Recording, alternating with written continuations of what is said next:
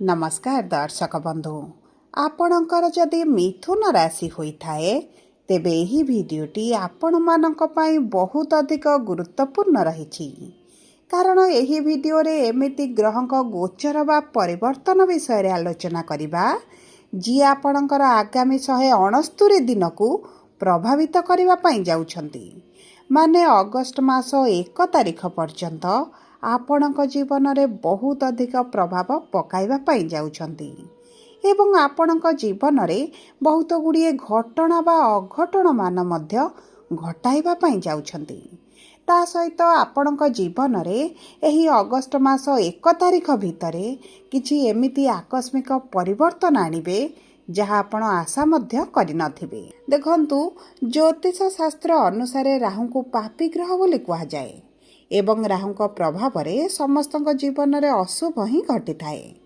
किंतु वर्तमान राहु प्रवेश करुछंती निज नक्षत्र रे जहा फल आपणक जीवन में शुभ परिवर्तन हेबा पाई जाउछि माने राहु कुंभ राशि रे विराजमान करी शतभिषा नक्षत्र रे प्रवेश करिवे जो कारणरू आपणक जीवन में बहुत गुड़िए शुभ परिवर्तन हेबा पाई जाउछि तेबे केउं क्षेत्र रे कौन परिवर्तन हेबो एवं कौन प्रतिकार रही अशुभत्व को दूर करिबा पई एवं शुभाशुभ फल को वृद्धि करिबा पई एही भिडियो रे विस्तृत भाव रे आलोचना करिबा किंतु भिडियोटी आरंभ करिबा पूर्वरु जदि आपणकर भी मिथुन राशि होइथाए एवं आपण भी ईश्वर को आंतरिक भक्ति एवं विश्वास करंती तेबे भिडियोटी को लाइक करंतु कमेंट बॉक्स रे जय जगन्नाथ जय माँ लक्ष्मी अवश्य लिखि दियंतु ता सहित आम सह जोगाजोग करिबा पई वीडियोर मध्य भाग रे एक व्हाट्सएप नंबर टिए दिया जाइछि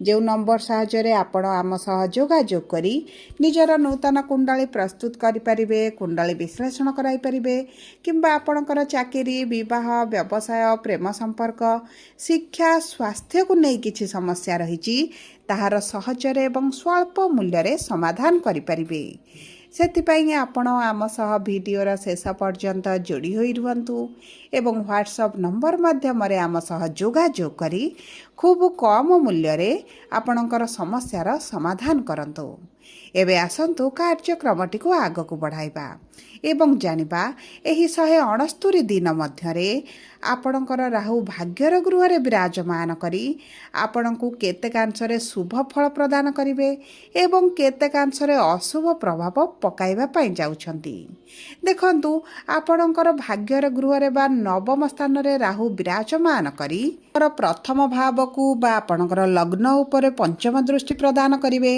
तृतीय भाव को सप्तम दृष्टि प्रदान करिवे एवं पंचम भाव को नवम दृष्टि प्रदान करिवे जेउ कारणरू एही गृह गुड़िक मध्य प्रभावित हेबा पई जाउछि तेबे आसंतु आपणकर मिथुन राशि हेले मध्य आपणक नक्षत्र अनुसार की प्रकार केउ क्षेत्र रे प्रभावित करिवे एही वीडियो रे आलोचना करिबा देखंतु मिथुन राशि रो 3टी नक्षत्र रहिथाए मृगशिरा मिथुन 5/3 आद्रा मिथुन 6/3 एवं पुनर्वसु मिथुन 7/3 तेबे सर्वप्रथम जानिबा मृगशिरा मिथुन बा 5/3 मिथुन राशि व्यक्ति विशेषकर आगामी 169 दिनटी किभଳି कटिबा पई जाउछि देखंतु आपणकर नक्षत्र अधिपति होउछंती मंगल एवं मंगल आपणकर राहुଙ୍କ सहित नवम भागरे भाग्यर भावरे विराजमान करिसंती किंतु मंगल हेउछंती आपणकर लाभाधिपति एवं आपणकर षष्ठाधिपति हेउछंती मंगल देखंतु सर्वप्रथमे आपणकर व्यवसाय हेउ चाकरी क्षेत्र हेउ सेथिरे आपण उन्नति देखिबा आरंभ करिवे आपणकर लाभ रे वृद्धि घटिबो जदि पूर्वरु व्यवसाय रे आपणकर मांदा परिस्थिति चलीथिला सेथिरे आपण धीरे धीरे परिवर्तन देखिबा आरंभ करिवे देखंतु आपण पूर्वरु किछि दिन हला अनुभव करिथिबे आपणक व्यवसाय रे पूर्व बळे आ व्यापार हेउ नाही व्यवसाय रे आपणकर मांदा परिस्थिति चलीछि एवं आपण गोटे जगह रे फसी गला भଳି लागुछि एवं कोनोसी ना कोनोसी उपाय रे आपण सेथरु बाहरिबा पई चाहुचंती बाहरी पारु नाहंती ତେବେ ଆପଣଙ୍କର ସେହି ସମୟ ଆସିଛି ଯେଉଁ ସମୟରେ ଆପଣ ବାହାରକୁ ବାହାରିବା ଆରମ୍ଭ କରିବେ। ଆପଣଙ୍କ ବ୍ୟବସାୟକୁ ଆଗକୁ ବଢ଼ାଇବେ, ବ୍ୟବସାୟକୁ ବିସ୍ତାର କରିବେ, ବ୍ୟବସାୟରେ ଆପଣଙ୍କ ପ୍ରତିଯୋଗୀମାନଙ୍କୁ ପଛରେ ଛାଡ଼ି ଆପଣ ଆଗକୁ ବଢ଼ିବା ଆରମ୍ଭ କରିବେ। ସବୁଠାରୁ ବଡ଼ କଥା ହେଉଛି ଯଦି ଆପଣ ନୂତନ ବ୍ୟବସାୟ ଆରମ୍ଭ କରିବା ପାଇଁ ଚାହୁଁଛନ୍ତି, ନୂତନ ଭାବରେ କିଛି କାର୍ଯ୍ୟ କରିବା ପାଇଁ ଚାହୁଁଛନ୍ତି, ତେବେ ଆପଣଙ୍କ ପାଇଁ ଏହି ଅଗଷ୍ଟ ମାସ 1 ତାରିଖ ମଧ୍ୟରେ ଅତି ଉତ୍ତମ ସମୟ ରହିଛି। ଆପଣ ପାଦ ବାହାରକୁ କାଢ଼ନ୍ତୁ, କର୍ମ କରିବା ଆରମ୍ଭ କରନ୍ତୁ। ତା ସହିତ ଆପଣଙ୍କର ଯେହେତୁ ରୋଗ ଋଣ ରିପୁର ସ୍ୱାମୀ ହେଉଛନ୍ତି ମଙ୍ଗଳ, ତେଣୁକରି ଆପଣଙ୍କର ଶତ୍ରୁମାନେ ଯେଉଁ ବଢ଼ି ଯାଇଥିଲେ, ଗୁପ୍ତ ଶତ୍ରୁ ବଢ଼ିଥିଲେ, ମିତ୍ର ରୂପରେ ରହିଥିଲେ, ଆପଣ ସେମାନଙ୍କୁ ଚିହ୍ନଟ କରିବେ ଏବଂ ସେମାନଙ୍କଠାରୁ ଦୂରତା ବନାଇବା ଆରମ୍ଭ କରିବେ। ଆପଣଙ୍କ ସହିତ ସ୍ୱାର୍ଥ ଆଶାରେ ଯେଉଁ ଯୋଡ଼ି ହୋଇଥିଲେ ସେମାନଙ୍କଠାରୁ ଆପଣ ଦୂରତା ବନାଇବେ। ଏବଂ ଦେଖନ୍ତୁ, ଆପଣ ଯଦି ଇନଭେଷ୍ଟର ଖୋଜୁଥିଲେ ଆପଣଙ୍କ ବ୍ୟବସାୟ ପାଇଁ, ତେବେ ଆପଣଙ୍କ ପାଇଁ ତ ଅତି ଉତ୍ତମ ସମୟ ରହିଛି। ଆପଣଙ୍କୁ କୌଣସି ନା କୌଣସି ସୂତ୍ରରୁ ଅର୍ଥ ପ୍ରାପ୍ତି ହୋଇଯିବ ଏବଂ ଆପଣଙ୍କର ଯେଉଁ ଆର୍ଥିକ ସମସ୍ୟାଟି ରହିଛି ତାହା ଦୂର ହୋଇଯିବ। ସବୁଠାରୁ ବଡ଼ କଥା ହେଉଛି ଆପଣଙ୍କର ଯଦି ପୁରୁଣା ସ୍ୱାସ୍ଥ୍ୟ ସମସ୍ୟା କିଛି ରହିଛି ଯାହା ଆପଣଙ୍କୁ ବହୁତ ଅଧିକ କଷ୍ଟ ଦେଉଛି, ପୀଡ଼ା ଦେଉଛି, ତେବେ ଆପଣ ସେଥିରୁ ବାହାରିବା ଆରମ୍ଭ କରିବେ। କିନ୍ତୁ ମନେ ରଖନ୍ତୁ, ତରବର ହୋଇ କୌଣସି ନିଷ୍ପତ୍ତି ନେବେ ନାହିଁ, କାରଣ ରାହୁଙ୍କର ପ୍ରଥମ ଦୃଷ୍ଟି ଯେହେତୁ ଆପଣଙ୍କର ଲଗ୍ନର ଭାବକୁ ରହୁଛି, ଆପଣଙ୍କ ମନରେ ଭ୍ରମ ଆସିପାରେ, ଆପଣ ଭୁଲ ଚିନ୍ତାଧାରା କରିପାରନ୍ତି, ଭୁଲ ନିଷ୍ପତ୍ତି ନେବାର ବହୁତ ଅଧିକ ସମ୍ଭାବନାଟି ମଧ୍ୟ ରହିଛି। ସେଥିପ୍ରତି ଟିକେ ଦୃଷ୍ଟି ଦେବେ। ଏବେ ଆସନ୍ତୁ ଜାଣିବା କିପରି ରହିବ ଆଦ୍ରା ମିଥୁନ ବା 6/3 ମିଥୁନ ରାଶିର ବ୍ୟକ୍ତିବିଶେଷଙ୍କର ଆଗାମୀ 169 ଦିନ।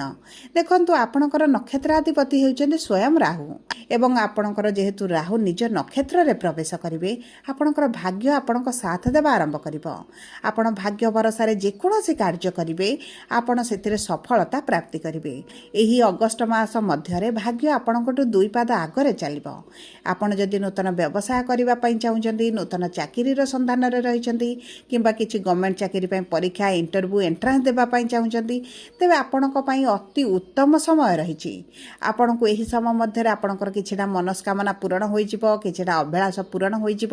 ବିଶେଷ ଭାବରେ ଦେଖନ୍ତୁ, ରାହୁ ଯେତେବେଳେ ଭାଗ୍ୟର ଗୃହରେ ବସିଥାନ୍ତି ଏବଂ ଆପଣଙ୍କର ଲଗ୍ନକୁ ଦୃଷ୍ଟି ଦିଅନ୍ତି, ସେତେବେଳେ ଜାଣିବେ ଆପଣଙ୍କର ଶାରୀରିକ ସ୍ୱାସ୍ଥ୍ୟରେ ଉନ୍ନତି ଆସିବ, ଆପଣଙ୍କ କ୍ୟାରିୟରରେ ଗ୍ରୋଥ ଦେଖିବେ ଏବଂ ଦେଖନ୍ତୁ, ଆପଣ ନିଜ ଉପରେ କାମ କରିବା ଆରମ୍ଭ କରିବେ। ଚାଲାକ ଚତୁର ବୁଦ୍ଧିମାନ ହୋଇ ଆପଣଙ୍କର କାର୍ଯ୍ୟଗୁଡ଼ିକୁ ହାସଲ କରିବେ।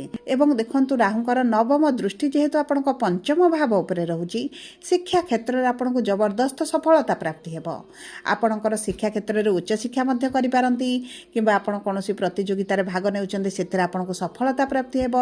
ଯେଉଁ ବ୍ୟକ୍ତିମାନେ ପ୍ରେମ ସମ୍ପର୍କରେ ଅଛନ୍ତି, ଆପଣଙ୍କ ସମ୍ପର୍କରେ ଆଗକୁ ଗୋଟେ ପାଦ ବଢ଼ାଇବାର ସମୟ ଆସିଛି।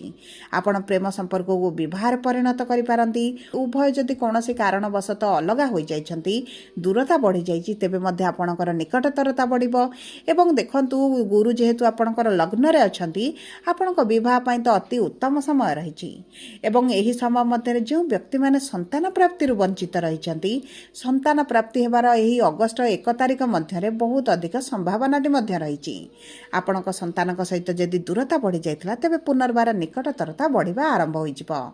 ଏବେ ଆସନ୍ତୁ ଜାଣିବା କିପରି ରହିବ ପୁନର୍ବସୁ ମିଥୁନ ବା 7/3 ମିଥୁନ ରାଶିର ବ୍ୟକ୍ତିବିଶେଷମାନଙ୍କର ଆଗାମୀ 169 ଦିନ। ଦେଖନ୍ତୁ, ଆପଣଙ୍କର ନକ୍ଷତ୍ରାଧିପତି ହେଉଛନ୍ତି ଦେବଗୁରୁ ବୃହସ୍ପତି, ଯିଏ ଆପଣଙ୍କର ଲଗ୍ନରେ ବିରାଜମାନ କରିଛନ୍ତି। ଗୁରୁଙ୍କର ପଞ୍ଚମ ଦୃଷ୍ଟି ପଞ୍ଚମ ଭାବକୁ, ସପ୍ତମ ଦୃଷ୍ଟି ବିବାହର ଭାବକୁ ଏବଂ ନବମ ଦୃଷ୍ଟି ଭାଗ୍ୟର ଭାବ ଉପରେ ରହୁଛି। ଏବଂ ଦେଖନ୍ତୁ, ଭାଗ୍ୟର ଗୃହରେ ଯେହେତୁ ରାହୁ ବିରାଜମାନ ହୋଇଛନ୍ତି, ଏହି ସମୟ ମଧ୍ୟରେ ଗୁରୁଙ୍କର ଆଶୀର୍ବାଦ ସହିତ ରାହୁଙ୍କର ପ୍ରଭାବ ମଧ୍ୟ ଆପଣଙ୍କ ଜୀବନରେ ବଡ଼ ପରିବର୍ତ୍ତନ ଆଣିବ।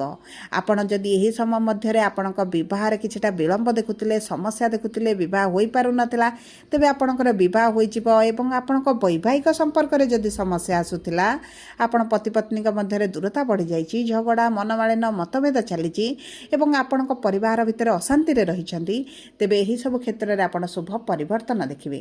କିମ୍ବା ଆପଣ ଯଦି କିଛି ପାର୍ଟନରସିପ୍ରେ କାର୍ଯ୍ୟ କରୁଛନ୍ତି, ବ୍ୟବସାୟ କରୁଛନ୍ତି, ତେବେ ଆପଣଙ୍କର ସେଥିରେ ମଧ୍ୟ ସଫଳତା ମିଳିବାର ସମୟ ଆପଣଙ୍କର ଆସିଯାଇଛି। ପୂର୍ବରୁ ଯଦି ମାନ୍ଦା ପରିସ୍ଥିତି ଦେଖୁଛନ୍ତି, ଆପଣଙ୍କ ପାର୍ଟନରଙ୍କ ସହିତ ଆପଣଙ୍କର ପଡ଼ୁନାହିଁ, ନୂତନ ଭାବରେ କିଛିଟା ନୂତନ କାର୍ଯ୍ୟ ଆରମ୍ଭ କରିବା ପାଇଁ ଚାହୁଁଛନ୍ତି, ତେବେ ଆପଣଙ୍କ ପାଇଁ ବହୁତ ଅଧିକ ଶୁଭ ସମୟ ରହିଛି।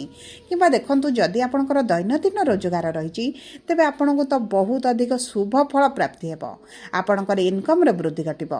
ବିଶେଷ ଭାବରେ ବ୍ୟବସାୟୀଙ୍କ ଉପରେ ତ ବହୁତ ଅଧିକ ଶୁଭ ପ୍ରଭାବ ପଡ଼ିବ। ଏହି ସମୟ ମଧ୍ୟରେ ବିଦ୍ୟାର୍ଥୀମାନେ ଯଦି ଗଭର୍ଣ୍ଣମେଣ୍ଟ ଚାକିରି ପାଇଁ କିଛିଟା ପରୀକ୍ଷା ଦେଉଛନ୍ତି, ଇଣ୍ଟରଭ୍ୟୁ ଦେଉଛନ୍ତି, ତେବେ ତେବେ ଆପଣଙ୍କ ସରକାରୀ ଚାକିରି ହୋଇଯିବାର ସମ୍ଭାବନାଟି ମଧ୍ୟ ବହୁତ ଅଧିକ ରହିଛି। ଏହି ଅଗଷ୍ଟ ମାସ 1 ତାରିଖ ମଧ୍ୟରେ ଯଦି ଆପଣଙ୍କ ବିବାହରେ କିଛି ବିଳମ୍ବ ଆସୁଥିଲା, ଅର୍ଚ୍ଚନା ଆସୁଥିଲା, ବିଶେଷ ଭାବରେ ଆପଣଙ୍କ ଦ୍ୱିତୀୟ ବିବାହରେ ଆପଣ ସମସ୍ୟା ଦେଖୁଛନ୍ତି, ତେବେ ଏହି ସମସ୍ୟା ଗୁଡ଼ିକ ଆପଣଙ୍କର ଦୂର ହୋଇଯିବ। ମୋଟାମୋଟି ଭାବେ ଦେଖିବାକୁ ଗଲେ ରାହୁଙ୍କର ଗୋଚରଟି ମିଥୁନ ରାଶିର ବ୍ୟକ୍ତିବିଶେଷମାନଙ୍କୁ ଶୁଭ ଫଳ ପ୍ରଦାନ କରିବ। ସବୁ ପରେ ଅଶୁଭତ୍ୱକୁ ଦୂର କରି ଶୁଭାଶୁଭ ଫଳକୁ ବୃଦ୍ଧି କରିବା ପାଇଁ ଆପଣ ପ୍ରତିଦିନ ହନୁମାନ ଚାଳିଶା ପାଠ କରନ୍ତୁ, ରାହୁଙ୍କର ବୀଜ ମନ୍ତ୍ର ପାଠ କରନ୍ତୁ ଏବଂ ଚେଷ୍ଟା କରନ୍ତୁ ପାଖରେ ହଳଦୀ ରଙ୍ଗର ରୁମାଲ ରଖିବା ପାଇଁ, ଗୋମାତାଙ୍କୁ ରୁଟି ଖାଇବାକୁ ଦେବା ପାଇଁ କିମ୍ବା ଆପଣ ପ୍ରତିଦିନ ଗୁରୁଙ୍କର ବୀଜ ମନ୍ତ୍ର ପାଠ କରିବା ପାଇଁ। ଏହା ଆପଣଙ୍କ ପାଇଁ ବହୁତ ଅଧିକ ଶୁଭଦାୟକ ରହିବ। ଯଦି ଆପଣଙ୍କର ମିଥୁନ ରାଶି ହୋଇଥାଏ, ଭିଡ଼ିଓଟି କିଭଳି ଲାଗିଲା କମେଣ୍ଟ ବକ୍ସରେ ଲେଖି ଜଣାନ୍ତୁ। ଯଦି ଆପଣଙ୍କ ପ୍ରିୟଜନଙ୍କର ମିଥୁନ ରାଶି ହୋଇଥାଏ, ଭିଡ଼ିଓଟି ତାଙ୍କ ସହିତ ସେୟାର କରନ୍ତୁ। ଯଦି ପ୍ରଥମ ଥର ଆମ ଚ୍ୟାନେଲକୁ ଆସିଛନ୍ତି, ଚ୍ୟାନେଲଟିକୁ ସବସ୍କ୍ରାଇବ୍ କରନ୍ତୁ। ପାଖରେ ଥିବା ବେଲ୍ ଆଇକନକୁ ପ୍ରେସ୍ କରନ୍ତୁ। ଧନ୍ୟବାଦ।